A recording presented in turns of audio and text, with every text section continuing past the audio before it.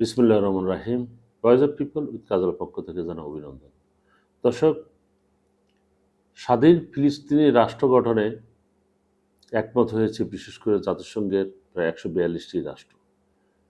তার ভিতরে সবচেয়ে গুরুত্বপূর্ণ যে রাষ্ট্রগুলো সেটা হলো ফ্রান্স, স্থায়ী সদস্য জাতিসংঘের, যুক্তরাজ্য স্থায়ী সদস্য, স্পেন অত্যন্ত গুরুত্বপূর্ণ একটা দেশ ইউরোপের, সহ প্রায় অনেকগুলো বিশেষ করে পশ্চিমা বিশ্বের রাষ্ট্র এবং বড় বড় যেগুলো দেশ, মোড়ল দেশ বলা হয়, তারা কিন্তু সিদ্ধান্ত নিয়েছেন যে এখন যে অধিবেশন চলছে এই অধিবেশনের যে কোনো সময় তারা ইসরায়েলকে বয়কট করবে, ইসরায়েলের সমস্ত যে অস্ত্র চালান সহ যাবতীয় যতগুলো তাদের সাথে বিশেষ করে সামরিক খাতে যে সম্পর্কটা আছে সেটা তারা ছিন্ন করবে।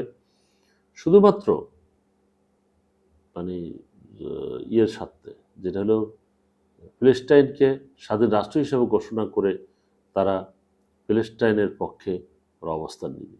এটা অত্যন্ত একটা ভালো খবর বিশ্বের জন্য, যেমন এটা একটা চমকপ্রদ খবর, তেমনিভাবে প্যালেস্টাইনিদের জন্য এটা অনেক বেশি ভালো খবর।